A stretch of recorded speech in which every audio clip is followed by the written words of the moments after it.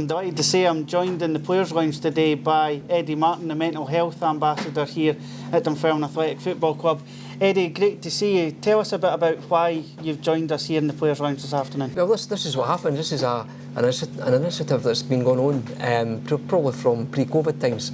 And I come in here and we have lunch with the players and we get a chance to speak to them. The good thing about it is it's providing support to the new graduates from the academy, and they get to know who I am, and everything seems to be going really well. The most important part about it for me is the access that I've been given to the players. This was an idea from the management team, from James McPake and Dave Mackay, and enormous credit has to go to them for this. This is an element of support. In the past, it used to be our names would be on a page up on the notice board, and it was a case of putting a face to a name, and then it was all about so what does a mental health ambassador do? How does he help the players, and how can he help the players? But first of all, do the players actually know who that is? And do they get to know him, and how do they get to know him personally? How can they trust him? How do they get to speak to him? And that's the reason that I come down into the Players' Lounge and speak to the players. I've done training presentations to the players as well, which have included mental health awareness, and we've done health as well, where we've looked at testicular cancer, and there is more in the pipeline for this season as well. So it's an exciting season ahead with new initiatives to come. How key was that everybody bought in from the start? It's key. It's very, very important. It's something that the players have bought into, and also so has the management team. The management team have invested so much into this, which is an absolute credit to them. And I know, speaking to other colleagues within Scottish football, not every club does this. So this is really good. And also should mention as well Ray McKenzie, who is the football club's chaplain, who gives pastoral care to the players as well. That's another avenue that the players can go to for a method of support. And also Director Drew Main, he is also a mental health first aider as well. So there's loads of support and connections and networks within the football stadium that the players can go to speak to privately and in confidence as well. So you're just back from one of the walk and talk events this afternoon. How did it go? Well, it was great today. We were down at North Queensferry and we did a new walk, a new route today, and it was the St Margaret's Marsh. It was absolutely fantastic. There was probably over 25, between 25 to 30 people turned up today, so that was magic numbers. And the best thing about it is people are coming along with their dogs as well. So it was great. It was great, but it's been great every week. It's been fantastic. It's been going on for a few years now, the walk and talk events. How did that all start? That's right. It's been going on for I think it's just over 3 years now, and it all started during the COVID pandemic. And we were coming out of the COVID restrictions, and what happened was we noticed that a lot of people were struggling with loneliness and isolation. So within the community, we were wondering what we could do to try and help those people.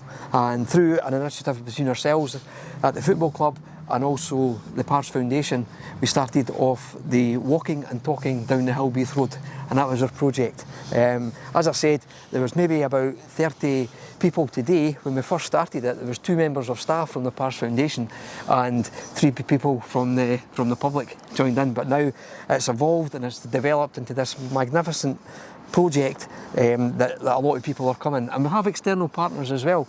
We have the people from Link Live in Fife, they've been along with people, and also the Queen Margaret Hospital for the community mental health rehab team.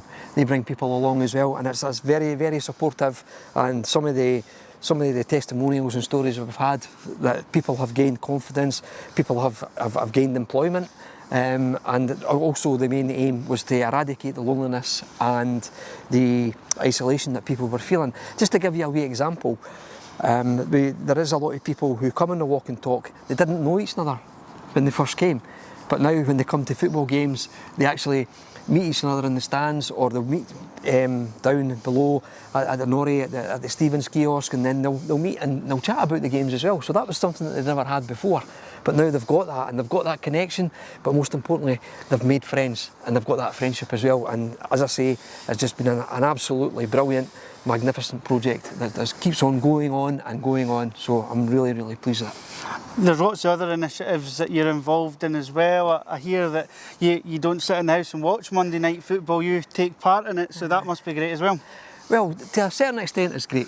It's not great when I'm getting fired up in the air because the programme is for 16 to 25-year-olds. But again, that's another initiative that started with the young guys who are at that age group at 16 to 25, and they were wondering what they can do, what's there for them, what peer support group is there for them, for their age group, because what they didn't want to do is sit around a table with older people who are probably maybe the same age as their dads, and then they didn't want to hear their life stories, didn't want to hear what's happening in their lives, because their lives will be completely different to the lives of the younger people. So they were looking for a peer support group for them, which was really good. And then at the beginning of my role as the mental health ambassador, we had to take on board that unfortunately some people who supported Dunfermline, or the new people who within the Dunfermline community, had sadly taken their own lives. So from then it was a case of, right, how can we do this and how can we help people, and bring in an element of suicide prevention to it as well. And that's what's happened, and it runs every Monday night, 6 o'clock to 7, down at Petrivia Sports Centre. How important is it for you, Eddie, that Dunfermline Athletic Football Club does work in the community? Well, for me, I think that Dunfermline Athletic is the fabric of the community of Dunfermline and West Fife and South West Fife as well. The initiatives that they put on is just fantastic. It's great to drive these initiatives, it's great to lead these initiatives, but to get the backing of the football club to do that is phenomenal. If you think about it, that it's great to say that you're a community club, but what do you actually do as a community club? And the initiatives that we've put on, with the help of the Pars Foundation as well, has been second to none.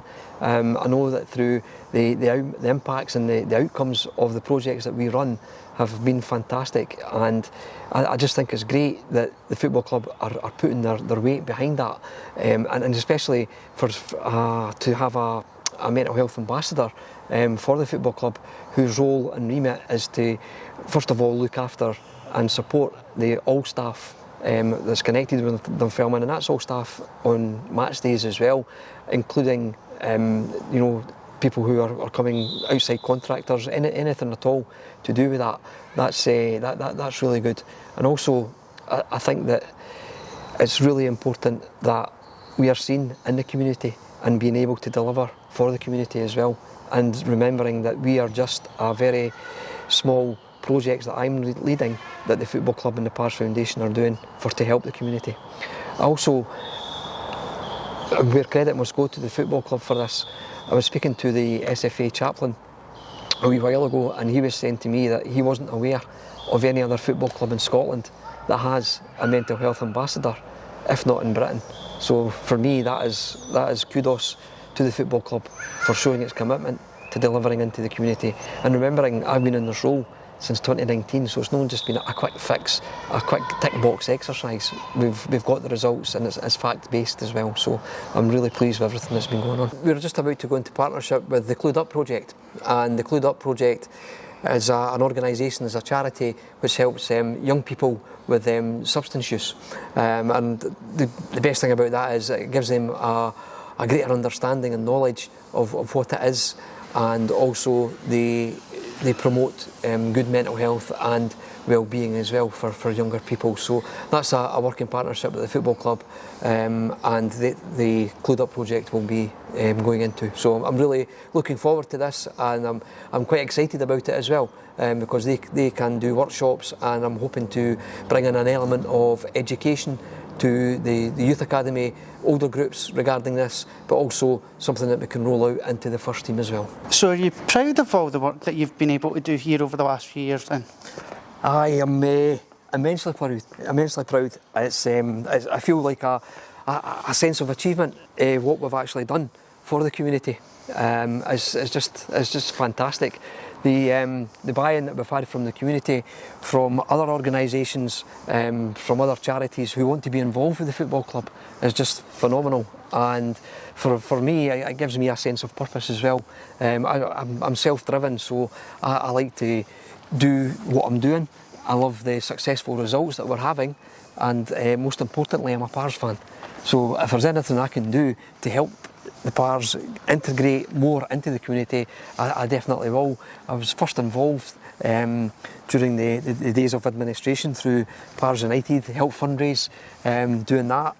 We organised a sportsman's lunch in Valleyfield Club, and it was just fantastic, and it just seems to be rolling on from there, and the more things that you do, being involved with the club, and because you love the club so much, you just end up yourself getting involved in so many things. I'm so proud. If there is a wee reflection, I just wished that my dad could see the work that I'm doing at the football club and how I'm involved in the football club. There was times when we were just starting to get into it, and sadly he passed, but I think for me personally, it's part of my values, it's part of who I am, and it's part of me growing up, and it's a lifetime story for me, from being a young kid right through to a youngster into an adult, and where I am now, and to be involved in this very, very special football club just makes me so proud. There's times I pinch myself when I come to work. Sometimes I like to just walk down the trackside, and I'm walking down the trackside and I'm taking everything in. It's really quiet. It could be 8 o'clock in the morning, and I'm just looking about and I'm saying, how on earth am I here? And it's just like, it's amazing. It really, really is amazing. And it just makes me feel so proud to be part of this, and to think that I can actually help the football club, help the staff, help the players, and it's an amazing story for me. I just want it to keep on continuing.